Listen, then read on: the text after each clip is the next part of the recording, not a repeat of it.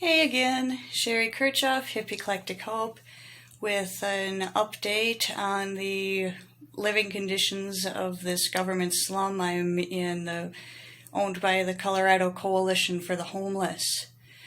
I'm about to, in about 20 minutes, go down to the second resident council meeting we've had since the COVID outbreak, and I actually get to attend in person this time.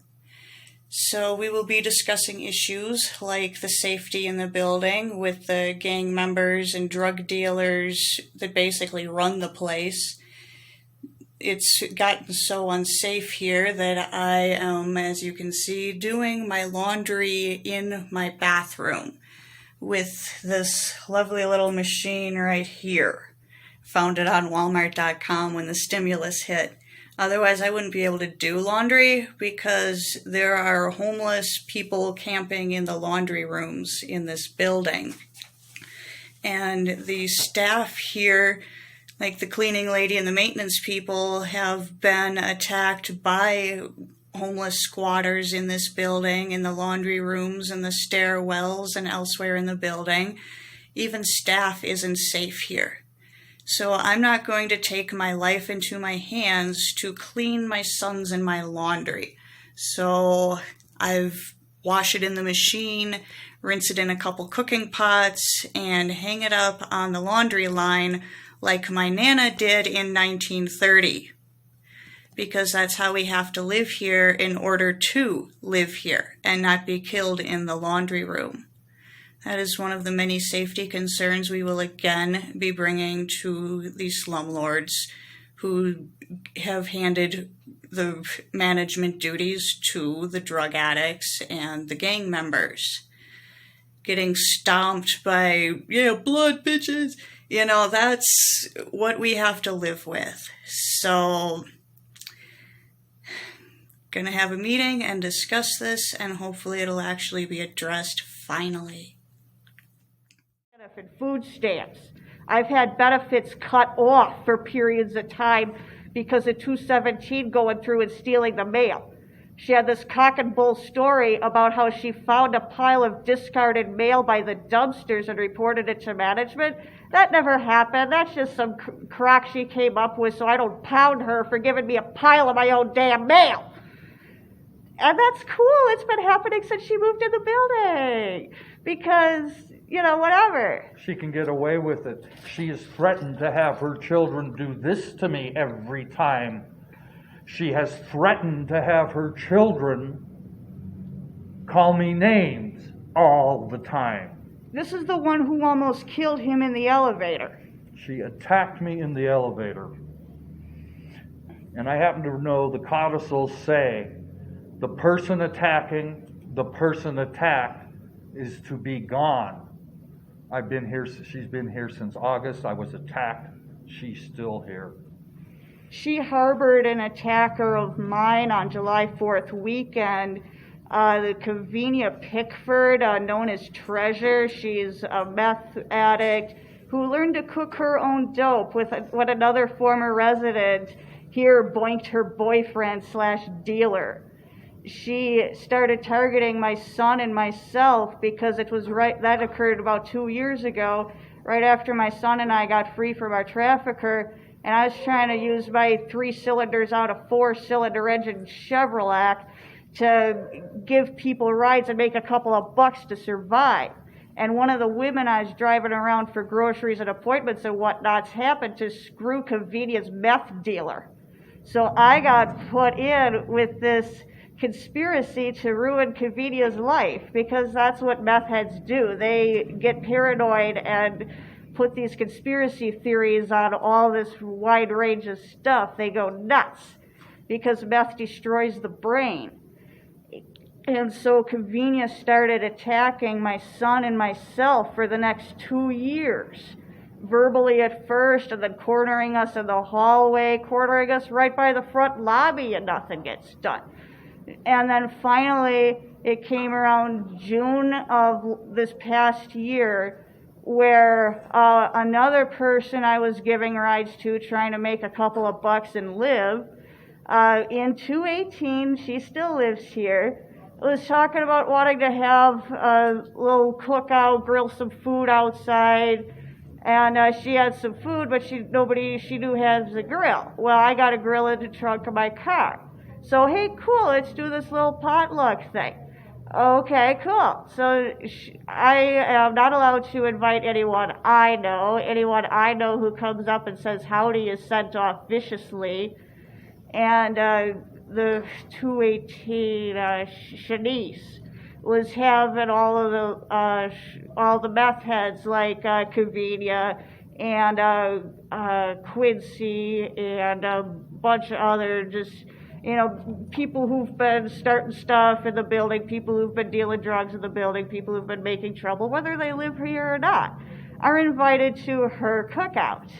And then she's going back and forth upstairs, downstairs, doing drugs with these people while I'm maintaining the grill and don't even have plates or anything to put the food on, so it's burning on the grill. And then I'm just some dumb cracker cripple who can't cook. Yeah, thanks.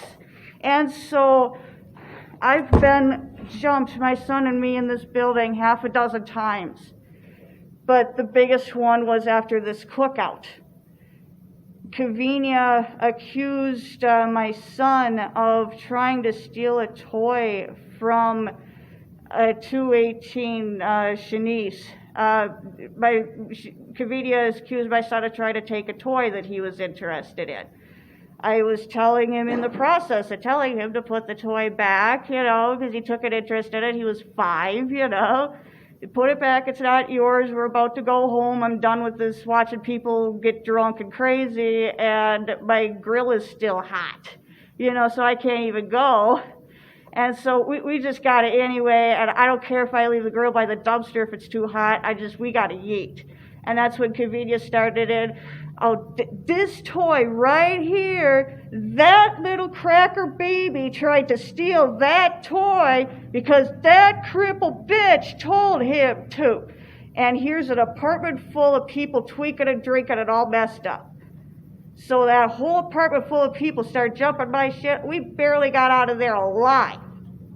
And then the next day, Kavinia goes to Shanice for food for leftovers, and Shanice sends her to my door because she doesn't know where that crippled bitch lives who she's going to get a piece of today. Because she's already after me for driving around for the lady who screwed her meth dealer. So she's a strong, independent woman. She learned how to cook her own meth. I got free from trafficking. I'm a strong, independent woman. I'm making the jewelry that my master made me make for him. And it's a lot better than it used to be. And then Kavinia, a month after getting jumped in my own home by Kavinia Pickford, who was sent there by Shanice Owens after inciting her group of friends to attack us. A month after that, Kavinia and her mother hit and run my minivan that I got from the $1,200 stimulus. I found a minivan on Facebook, and that minivan's bumper got hit and run off by Kavinia and her mother. Nothing got done about that because nobody witnessed anything, even though there was 20 people outside. It's same New York City. Nobody saw nothing, nobody knows nothing. Kavinia, at that point, when I went down, I didn't know it was Kavinia and her mom. All I know is that my neighbor in 215 told me that my van just got hit and run. So I'm going downstairs with my camera and my son because it's COVID shut down and I got no one to watch him. So I'm going downstairs with my camera and my son to get some photos and call the police. And I'm not out there for 30 seconds, and Kavinia's out in the playground and out in the parking lot drafting anyone she can to stomp that crippled bitch and that cracker baby for trying to steal that toy. And I got her good because that van right there, that's all fucked up, and I did that. So she's all proud of herself. So I go out to the van. I'm like, oh, fuck, I'm in trouble. So I go out to the van. I try to snap a couple pictures as quick as I can, and I'm going to yeet, and then I'm going to call the cops. So I didn't have a chance to do that because it's on camera as she's jumping me. That's on camera. I'm Sherry Kirchhoff on YouTube. So she attacked me, and nobody saw nothing. Nobody knew nothing. Except for Crystal, who used to live on the 3rd floor. She ran out of here for her life because the former security almost killed her son. She knew exactly what happened, but police didn't question her, and management wouldn't let her speak on it. She saw the whole dang thing. So that got all covered up. So hold on, guys. I want you to know that we got to let the next group in here in 13 minutes. So I'm almost done. But the point of the matter is that with Covina and 217 and 218 being allowed by management and the police to freely attack us, to hit and run my van, after that July, they spent the whole next summer and into the fall breaking into my van 12 times. I had an appointment to try and set up a jewelry sales table and make my own money and get off welfare and get out of this ghetto. And I missed that appointment because they stole all my inventory of jewelry. I've had to rebuild from nothing. My van was totaled. My jewelry was robbed. That's $7,500 worth of loss, thanks to management's pet meth heads. They are feeding the cripples and the elderly to the meth heads. They are letting them freely attack us and rob us. It's been allowed to just go on and on. There's camera footage in the hallways, but nobody knows anything. It's always the same people. It's been allowed to freely continue. I can't.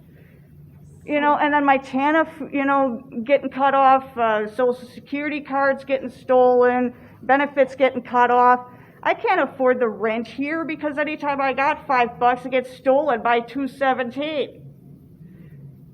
So now they're trying to evict me, and meanwhile there's drug money coming from 217 to the office so they get to stay because they're paying rent. So as property management and supportive housing providers, we understand that it's a lot more than just the rent that ultimately can prevent people from being successful, right? So one of the things that is the only beef they have on me, and it's enough for them to try to kick me out of here. Right. So one of the things that our president and CEO has allowed us to do is to hire what we call a resident services coordinator for this location. You have not had one of them before. There's properties in different locations across our city that do have resident services coordinators. And part of that role for that person is to run a housing retention committee, which is ultimately, for people like you to retain your housing, but then also to really track these kind of issues that are happening around the building and have it documented exactly what's going on. So we're in the process of hiring this housing retention or this resident services coordinator to start this housing retention committee process. That way we have the documentation of all of the things that are going on in 217 and 218 and can ultimately move people along as needed.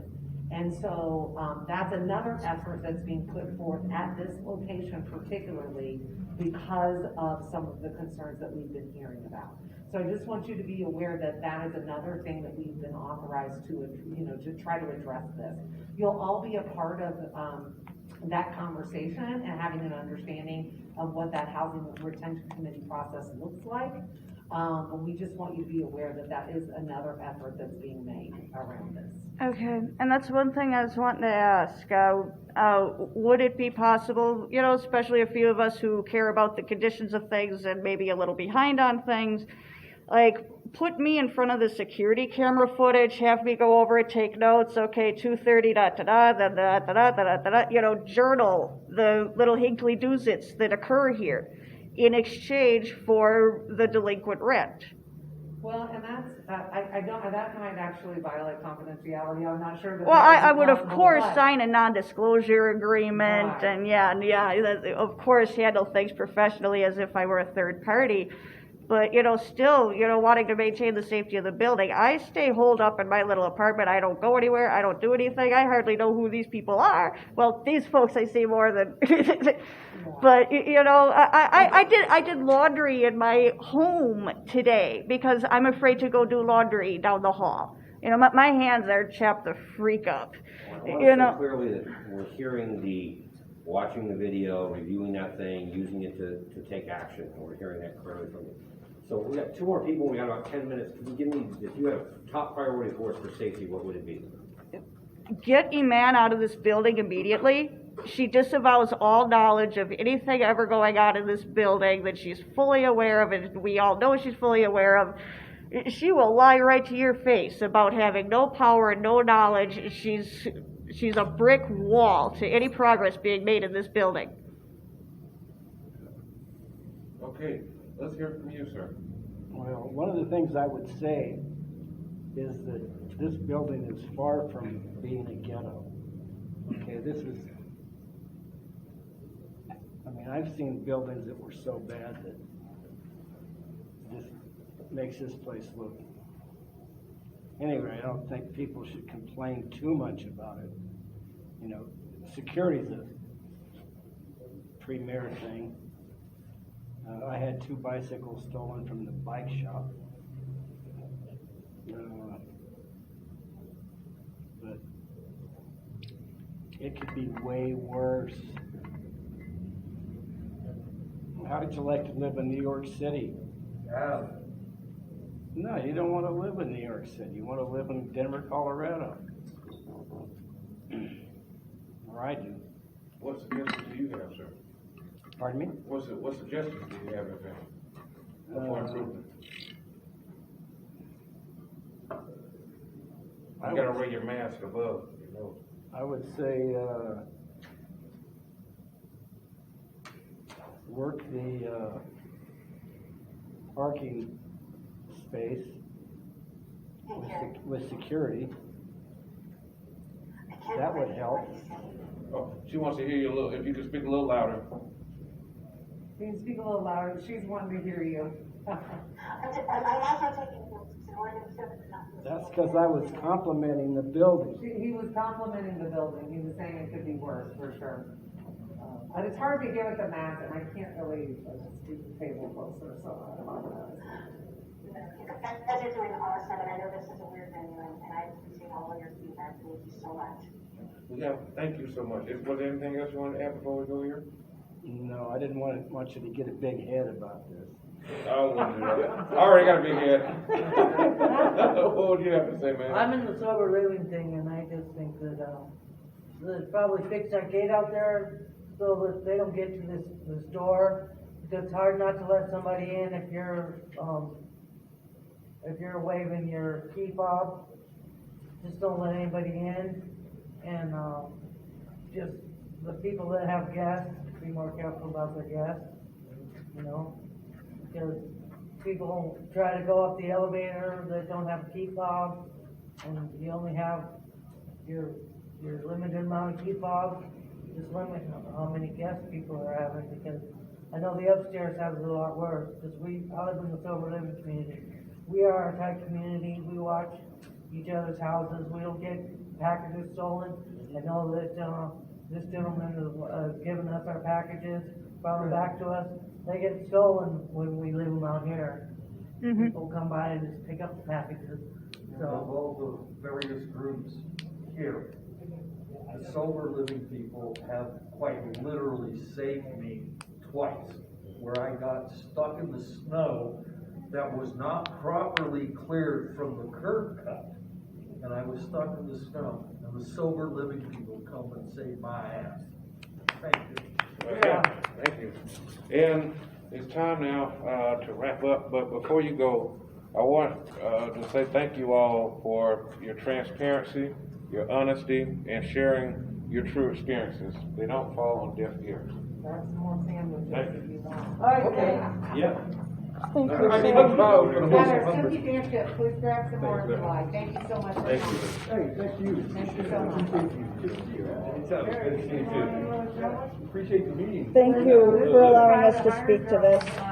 The conditions that I've been living in since I moved into this building, my son and I are pursuing refugee status in New Zealand because of the trafficker being enforced as our head of household, and because of the gang activity and the I'm gonna kill a crippled bitch and a cracker baby, and it being completely acceptable and allowable in this building. We are pursuing refugee status in New Zealand and have been in contact with United Nations High Consulate for refugees.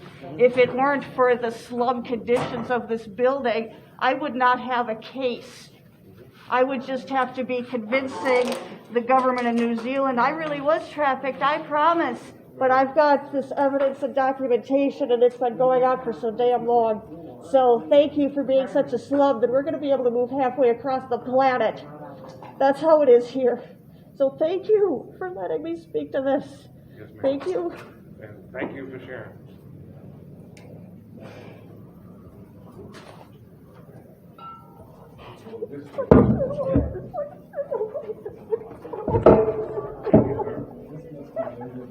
No, I don't.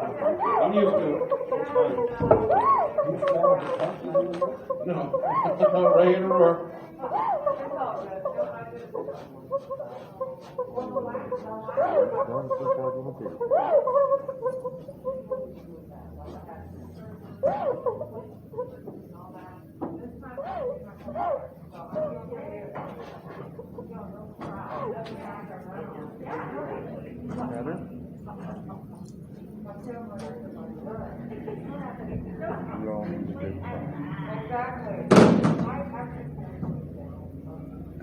Tonight it's in a park with the immigration